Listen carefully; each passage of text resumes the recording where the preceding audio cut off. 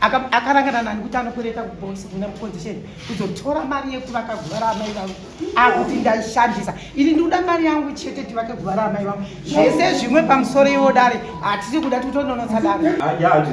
uku kwanga kwane pressure because munhu aiziva munhu aigadzira makofini anga ari mukoma wedu anoshanda paposition hospital saka mhinduro dzanga dzakupindirana munhu anogadzira makofini nemukoma wedu angati wechitinesira kuti tipirwe kofini dzanga dzisaiti.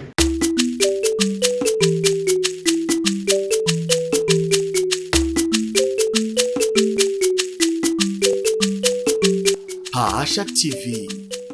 nyaya sezvadziri. Tete uyu wani wadzoka kuno wakabva kwako ndauya kusvika kwakashanda mazukuru ndava kuti tichiita basa riye mari iye yakazodai mari yapasi hapana kondeita sei kuva teto wobva ngoya kumusho ndozvazvaita ndozvazvaita teita sei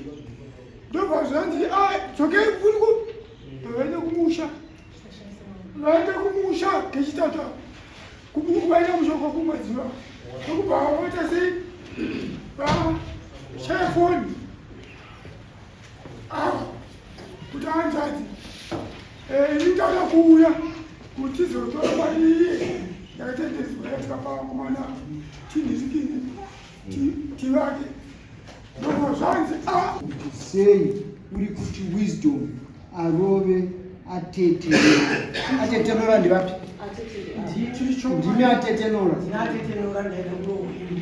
saka iwe uchindiudza sei uri kuti wewe wisdom wacho ari kutaura kuti wisdom arove atetenora ndivapi uyu waingati tata